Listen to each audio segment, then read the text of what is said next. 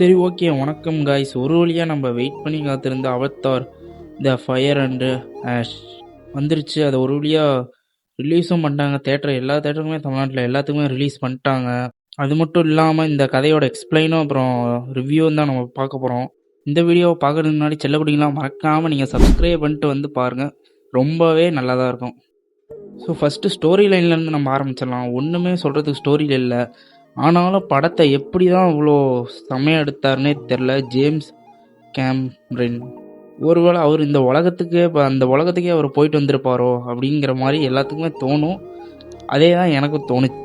சரி விடுங்க, தோண பேசணும். சரி, சொல்ல போனால் ஃபஸ்ட்டு பார்ட்டும் செகண்ட் பார்ட்டையும் ரெண்டும் கலந்து ஒரு மிக்ஸி ஜாரில் போட்டு அப்படியே வெளியே வந்த ஒரு பார்ட்டு தான் part 3 fire and ash.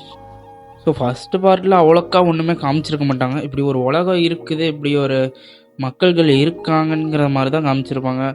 So second பார்ட்டில் தான் மெயின் ஸ்டோரியாக ஆரம்பிச்சிருப்பாங்க, த வே ஆஃப் வாட்டருங்கிறது.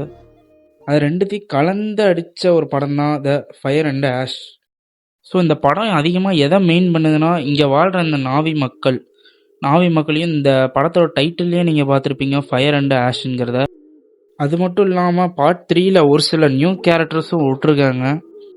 அதில் ஒரு மெயின் கேரக்டரானதான் இந்த வராங்குங்கிற ஒரு ஸ்ட்ராங்கான ஒரு லேடி கேரக்டர். அது மட்டும் இல்லாமல் அந்த மூவியில் இந்த சாம்பல் மனிதர்கள்ங்கிற குறிப்பிடுற ஒரு மனிதர்களோட தலைவி தான் இந்த வராங். இந்த மூவியில் ஃபுல் அண்ட் ஃபுல் ஃபயருங்கிறதுனால பாதி வச்சம் ஃபயரை வச்சே எடுத்திருப்பாங்க சொல்லப்போனால். அதோட எண்டில் பார்த்தீங்கன்னா அந்த வராங்குங்கிற கேரக்டர் அழிஞ்சிருக்காது. அந்த கேரக்டர் அப்படியே தப்பிச்சு ஓடுற மாதிரி தான் காமிச்சிருப்பாங்க சொல்லப்போனால்.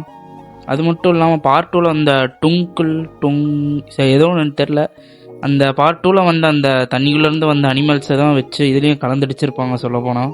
அது மட்டும் இல்லாமல் நம்ம மிலிட்ரி கர்னல் கடைசி பார்ட் 1லேருந்து பார்ட் 3 வரைக்கும் துரத்திக்கிட்டே இருந்திருப்பார். எதனாலன்னு பார்த்தீங்கன்னா, அந்த மூவியில் பார்த்தீங்கன்னா பூமியை ஃபுல்லாக அழிச்சிட்டு இவங்களோட உலகத்துக்காக வரணுங்கிறதுக்கு முயற்சி பண்ணுறாங்க. அதை இங்கே இருக்கிற இந்த நீல மனுஷங்க எப்படி அவங்கள அடித்து துரத்துனாங்கிறது தான் ஒரு கதையாக வச்சுருக்காங்க சொல்லப்போனால். அது மட்டும் இல்லாமல் இந்த சாம்பல் மனிதர்கள் இந்த பார்ட்டெல்லாம் சொல்லப்போனால் கொண்டு வந்திருப்பாங்க. சொல்லப்போனால் இந்த கதையோட மெயின் நோக்கமே ஈவான்கிற ஒரு கடவுள் தான் ஃபஸ்ட்டு உருவாக்குனதா, இந்த பூமியை உருவாக்குனதா சொல்லப்படுறாங்க. ஆனால் நேரில் இந்த மாதிரி கேரக்டர் இருக்குமான்னு கேட்டாங்கன்னா கண்டிப்பாக இல்லை. நேரில் இந்த மாதிரி கேரக்டர் கிடையாது. நார்மலாக அந்த நாவின்கிற மக்களை தான் அவத்தார்னு இந்த ப்ளூ கலராக குறிப்பிடுறாங்க. அதே மாதிரி ரியலில் அவங்க இது மாதிரிலாம் தாவிலாம் குதிக்கவே மாட்டாங்க. அதே மாதிரி இந்த மாதிரி அனிமல்ஸ்லாம் இல்லவே இல்லை சொல்லப்போனால். ஆனால் அவங்க வெறும் ஒரு நாவி மக்களை தான் குறிப்பிட்டு இந்த மாதிரி ஒரு அவத்தாருங்கிற ஒரு மூவியாக எடுத்தாங்க. அது மட்டும் இல்லாமல் இதில் விஷுவல் எஃபெக்ட்ஸு போன 2 பார்ட்டோட ரொம்பவே அதிகமாக கொடுத்துருந்தாங்க சொல்லப்போனால். இந்த ஆக்ஷன் இதில் இருக்கிறதுலே ரொம்பவே அதிகமாகவே கொடுத்துருக்காங்க இந்த பார்ட் 3ல். அதுக்காகவே இதை ஒரு கிரேட் ஃபிலிம்னு கூட சொல்லலாம். அது மட்டும் இல்லாமல் விஷுவல் எஃபெக்ட்ஸில் ஒரு சில இடத்துல வாட்டரை கூட ரியலிஸ்டிக்காக கொடுத்துருக்காங்க. ஒருவேளை ஜேம்ஸ் கர்லின் ஒருவேளை அந்த உலகத்துக்கே போயிட்டு வந்திருப்பாரோன்னு ஒரு சந்தேகம் தான். மனுஷனுக்கு பார்த்தீங்களா என்ன மாதிரி மூளை. இந்த படத்தை எதை மெயினாக குறிப்பிடுதுன்னா நம்ம ரியல் லைஃப் தான். என்னடா சொல்கிற, இது முதல்ல ரியல் லைஃபே இல்லைடா அப்படின்னு கேட்டிங்கன்னா நான் சொல்கிறேன். எதனால்னா நம்ம மக்கள் எல்லோரும் காட்டெல்லாம் அழிச்சிட்ருக்காங்க.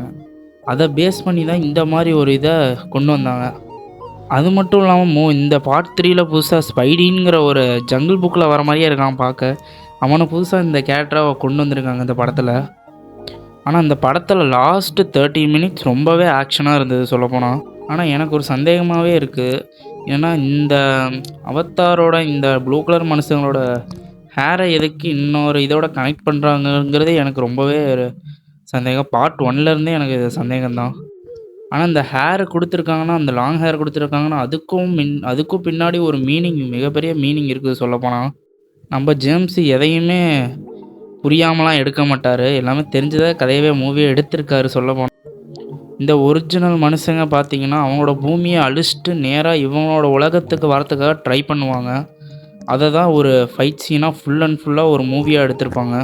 ஆனால் இந்த மூவியில் மெயினாக எதை காட்டப்படுதுன்னா நம்மளோட ஹீரோவையும் வில்லியும் தான் காட்டப்படுது முக்கியமாக. அது மட்டும் இந்த படம் நிறையாவே சம்பாரிச்சதுன்னா பார்ட் 8 வரைக்கும் எடுக்கிறதா சொல்கிறாங்க. அது எனக்கு தெரில. ஆனால் இந்த படம் பார்ட் 2 ரெண்டுத்தையும் கலந்தடித்த மாதிரியே தெரியாது. ரொம்பவே சூப்பராக இருக்கும் கைஸ். ஓகே, இதுக்கு நம்ம அடுத்த வீடியோவில் சந்திக்கலாம் கைஸ்.